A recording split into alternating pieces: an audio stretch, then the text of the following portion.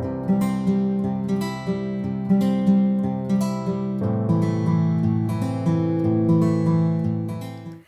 everyone, and welcome back to RN NCLEX Desk.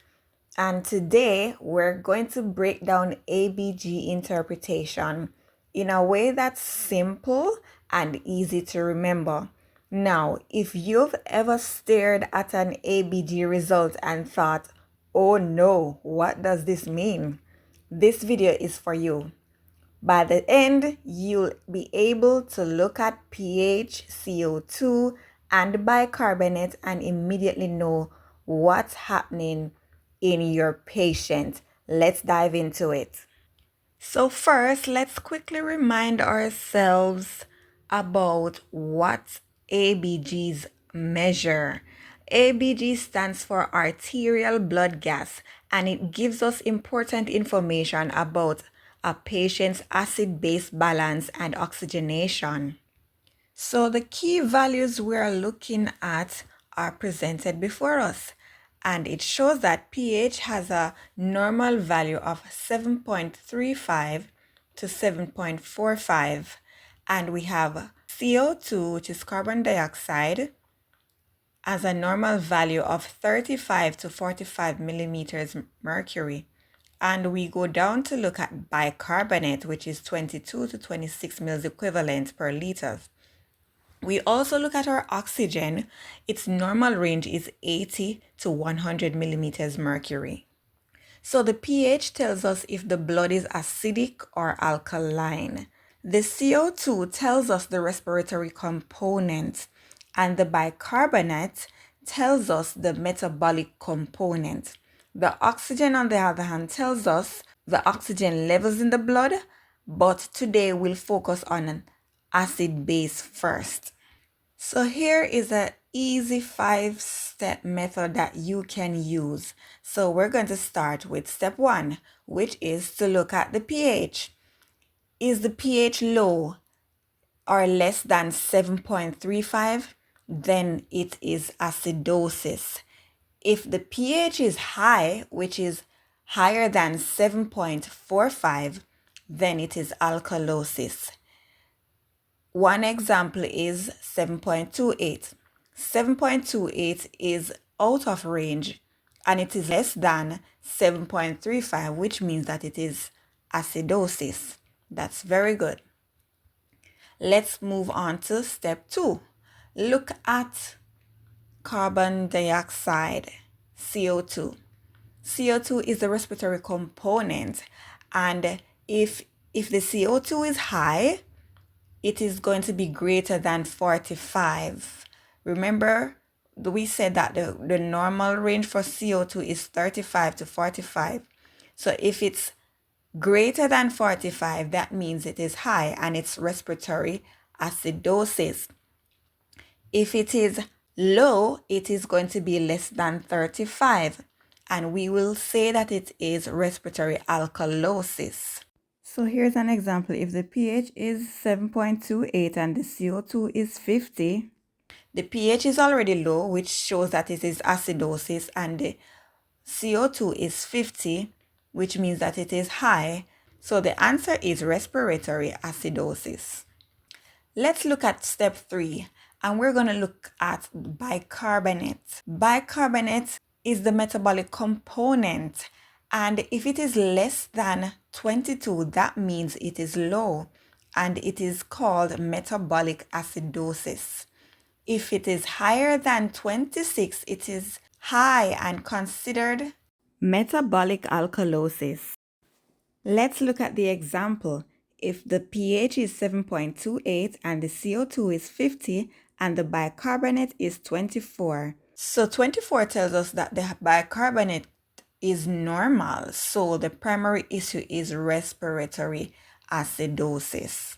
Let's look at step 4. For step 4, we are going to check for compensation, and the body tries to balance the pH in this area. So when there are respiratory problems, the kidneys try to compensate, and you will see changes in the bicarbonate values.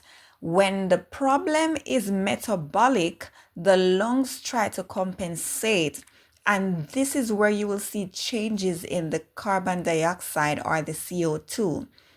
If there is partial compensation, the pH is abnormal. And if there is full compensation, the pH is normal. So with step 5, we are going to check oxygen. And this is the arterial oxygen, right? So the normal arterial oxygen is 80 to 100. And low oxygen can lead to hypoxemia. That means there's low oxygen in the blood. And this can further lead to complications. So in areas where the oxygen is low, you will have to give oxygen therapy to your patient. So those are the 5 steps that we are going to use. So let's look at the possible ways we can use to remember these things so that we don't get confused. So you can use R for respiratory. So in this case, the pH and the CO2 go in the opposite direction. So if the CO2 is high and the pH is low, then it's respiratory acidosis. If the CO2 is low and the pH is high, then it's respiratory alkalosis. Let's look at the metabolic. You can use M for metabolic. And pH and the bicarbonate go in the same direction. So where the bicarbonate is low, the pH is low, it is termed metabolic acidosis. Where the bicarbonate is high and the pH is high, it is termed metabolic alkalosis. I'm sure that is easy to remember. So let's go. So we're going to do some examples so that you can get yourself familiar with using these values. So example 1, we have pH at 7.32 and CO2 at 50. We have our bicarbonate at 24.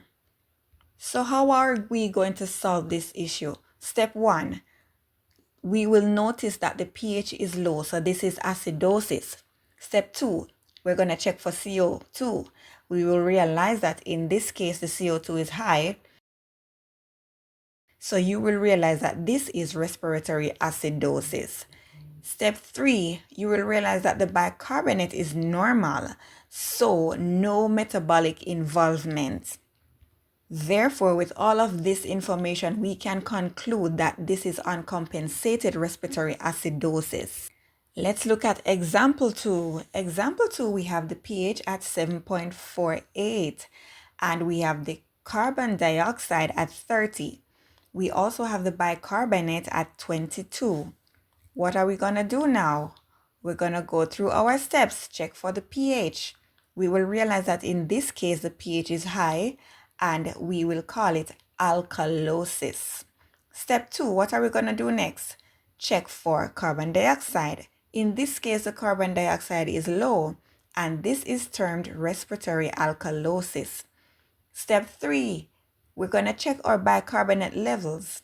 You will realize that the bicarbonate is normal, so there is no metabolic compensation, and we can conclude that we have uncompensated respiratory alkalosis. Are you getting it so far? I hope you're getting your answers correct so far. Let's look at our last example. That is example number 3. In this case, our pH is 7.25 and our carbon dioxide is 38. Our bicarbonate is 18. So let's look at step 1. Check our pH levels. Our pH is low in this case and so it is acidosis. Step 2, where we check for our CO2, it's normal in this case and so it's not a respiratory issue. So we're going to move on to step 3, where the bicarbonate is low, and this is telling us that we have a metabolic acidosis problem. So what can we conclude? So we can conclude that we have uncompensated metabolic acidosis. And that's it for our 3 examples. How many did you get out of the 3? Put it in the comments and you can look over your examples. I will be posting a summary sheet for your reference. so that you can use it to remember all of your ABGs. If this was helpful to you, please do remember to share it with a friend who is studying for NCLEX or who is in nursing school doing their studies. If this example was very helpful for you, that is very good. Congratulations. And you can ensure that you're practicing your ABGs daily so that you can get yourself familiar with these values. So thank you for joining me on the RN NCLEX desk. See you in the next video. Thank you.